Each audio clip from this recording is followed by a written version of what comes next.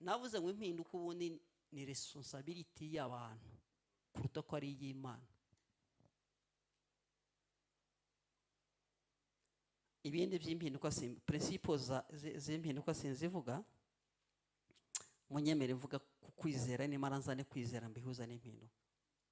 Mpamvu navuze izi etape bidufasha kumva neza aho kwizera guhagarara. Turacyari kumwe bavandimwe. Rero nitaba n'inshi ntibabere ikibazo. Icya kabiri vuga no kwizera. Kwizera ni iki? Kwizera ndavuga ibintu nka bitatu nabyo.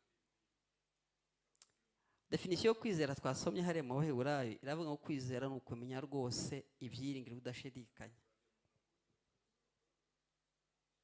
Kandi niko kutumenyesha kubita hari ibitaboneka ari ibyo kuri. Tubiri twongarukaho. Ubundi kwizera faith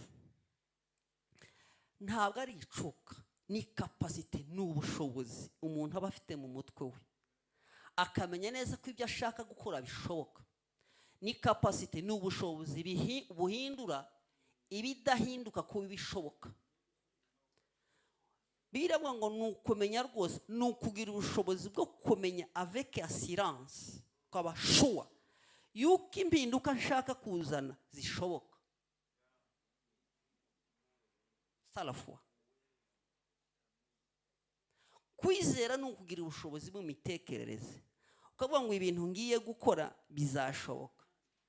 Twasenga tutasenga, babyemera batabyemera, muri wowe ukagira assurance. Niyo mpamvu mu ndimi z'abahanga bivuga neza, mu Gifaransa ngo ni assurance. Assurance nuko ufite 100% kwemera ko ibyo bintu bizashoboka.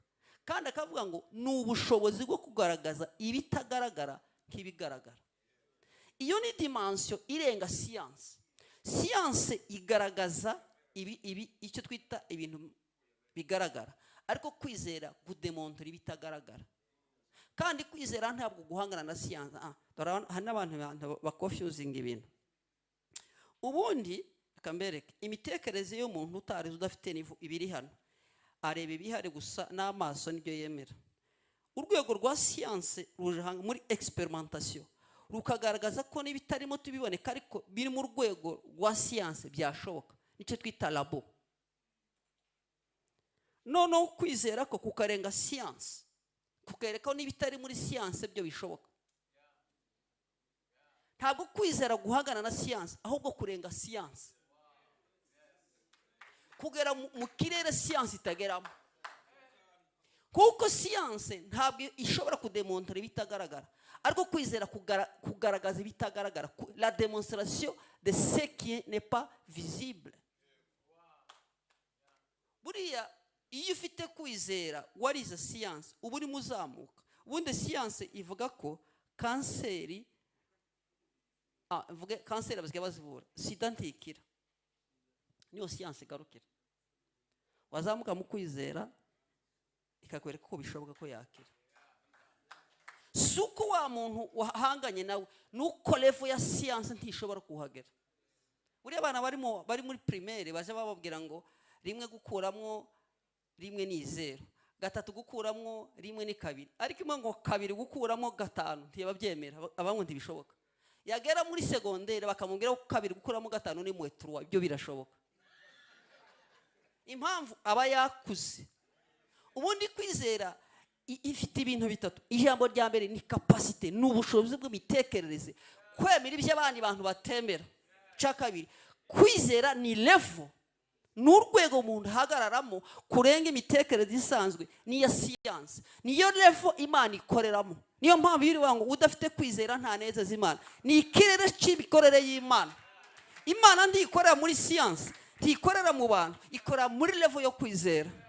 Icya gatatu, kwizera kuba ari dynamique. Kandi ibyo bintu bitandukanye n'abarangamutima.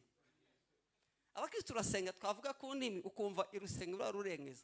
Ntabwo ari ukwizera, icyo ngihe ni amarangamutima ashyushye.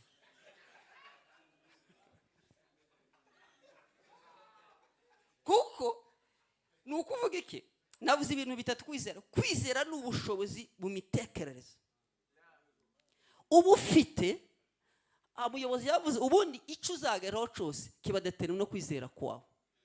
Icyo bintu ni capacity. Icya kabiri ni level of understanding, urwego rw'imitekerereze. Ariko kandi ni n'urwego rw'imikorere y'umuntu. Nayo mvuga kwizera icyo ari cyo. Kandi kwizera haba kwizera ku buryo bune. Ndaza kuvuga kwizera nyako no kuzana transformation. Niyo mpamvu navuze ibi, ndaza kubihuza n'ibyo navuze mbere. Ubundi hariho kategorisha enye zo kwizera. Kwizera kwa mbere ni ukwizera kuzana agakiza. Niko Pawulo yavuze mu Baroma bice 10:9. Yaravuze ko iyo twizeza umutima turakizwa. Yani foi du salut, salvation. Kurya ni ukuduhesha agakiza. Ukwizera kwa kabiri ni ukwizera kw'impano. Pawulo yabivuze mu gitabo c'Abakorinto igice ca 12:8 havuga impano 9. Yavuze impano yo kwizera. Iriya mpano yo kwizera itandukanye n'itugiye kuganira. Iri ikora ibitangaza bikarangiriraho, ariko ntibizana transformation. Nta na gitangaza kizana transformation.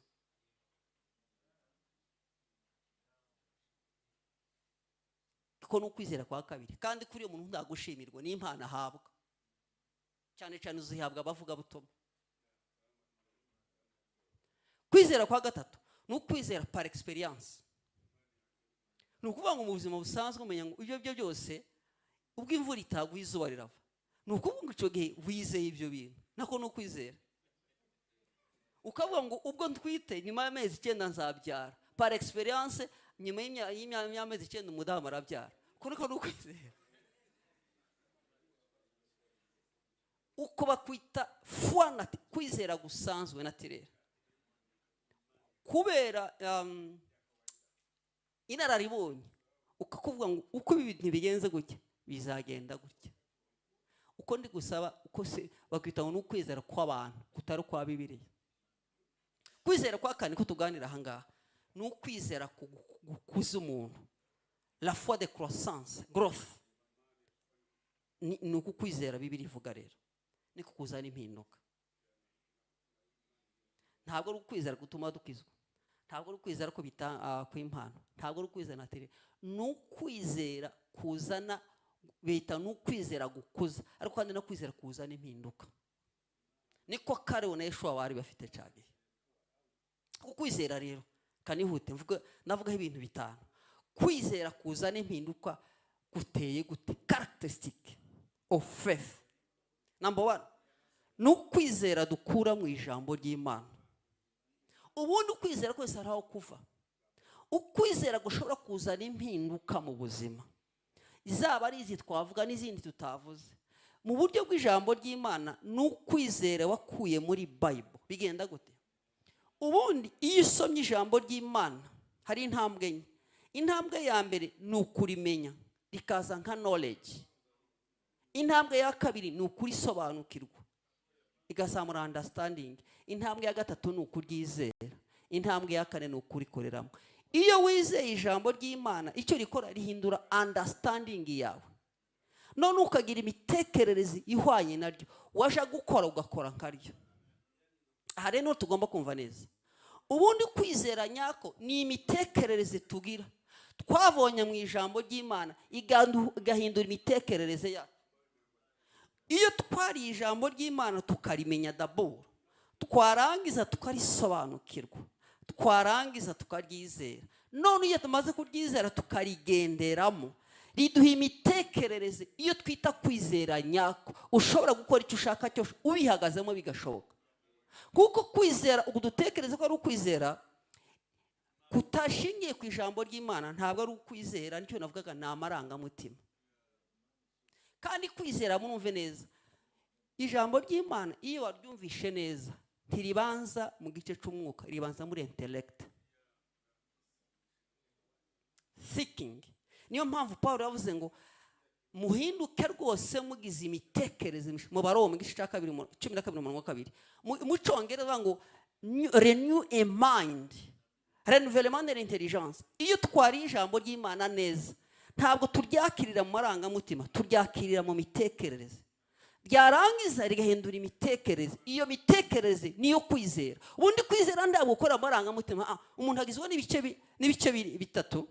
Hari umwuka, hari ubugingo, hari umubiri. Mu bugingo harimo imitekerereze, harimo amarangamutima na decision. Ubundi aho Imana ishaka kutujya, iyo twakiriye ijambo ry'Imana neza mu mitekerereze, rigahindura imitekerereze, ahasigaye imitekerereze ihindura ibindi byose bisigaye. Yubaka amarangamutima, igafata n'ufata decision. Ikibazo borokori dukunda kuja ku marangamutima aho kuja mu mitekerereze. Pawulo ntabwo yigeze avuga ngo muhinduke mugize emotion nziza. Yaravuze ngo muhinduke mugize imitekerereze, mind. Kwizera rero ni mind iri renouvelée bihengeye ku ijambo ry'Imana. Kwizera kutari ku ijambo ry'Imana ntabwo kwahindura ibintu mu buryo bw'ubumana. Iyo birivuga ngo tugire imitekerereze ya Kristo, niyo turi ijambo ry'Imana muri twe rikuzura, nico rihindura ibintu.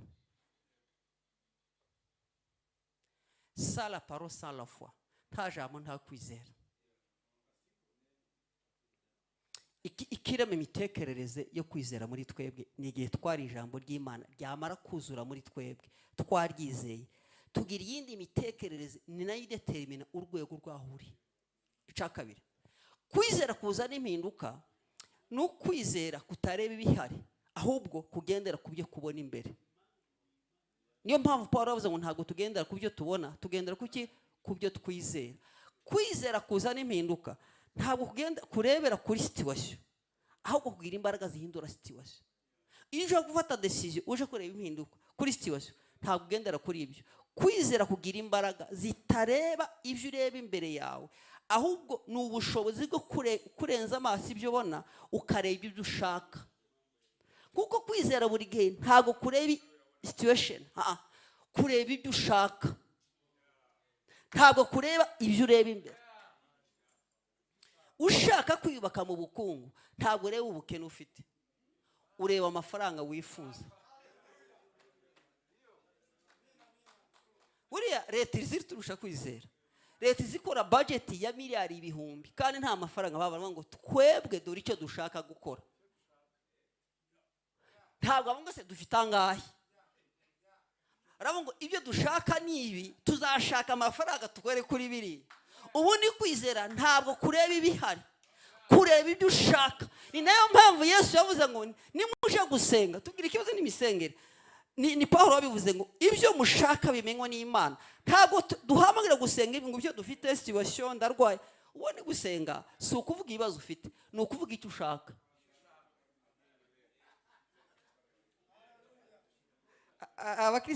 Umukristo azaza ufite icyifuzo ki? Ndarwaye. Ubundi kurwara si icyifuzo, kurwara ni situation. Icyifuzo ni ukugira amagara mazima.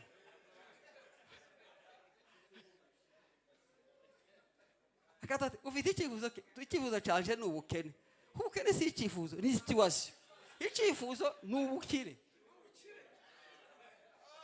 Ubundi kwizera ntikureba career situation, kureba icyo ushaka. Yoshua na Karibu ngira icyo mbavugaho. Umunsi bahuye n'ikibazo hariya, ubundi kwizera kunagaragara ibibazo zabaye, ntabwo bigeze bahanga amaso Abanaki n'Abanyakanani bavuze igihugu. Abana bavuga ati abantu tubonye bazaturya, ahubwo twarinziga imbere yabo. Intervention ya mbere bakoze bakivuga gutyo, baravuga ati twebwe icyo tubona ni igihugu, ahubwo ko muradutindira, dore icyo tureba ni igihugu. Abanyakanani ibyo ntibitureba, abo tureba ni igihugu. Bahise ngo ko muradutindira muzamureke tuzamuke tuje mu gihugu. Kwizera ntabwo kureba ibintu kujya kureba icyo ushaka. Bari bakeneye igihugu. Yahise avuga biravuga ngo yacecekesheje abantu. Karibu muceceke, ahubwo ko muradutindira, dore igihugu ngikiriya nicyo dushaka. La foi. Nugera igihe uzaje utinda kubibaza, umenye ngo nta foi ufite. Foi ntireba ibibazo, ntireba situation, ibona ibyo ushaka kugeraho. Kandi ibyo ushaka nibyo biresha no kwizera, ibyo ubona biresha kwizera kwawe. Cya gatatu, kwizera kuzana impinduka ni ukwizera gugira kapasite ya transformation na creation. Ndavuga ibyo bintu. Ubundi kwizera kuzana impinduka, kugira ubushobozi ko guhindura ndetse no kurema ibintu bishasha. Kubera iki?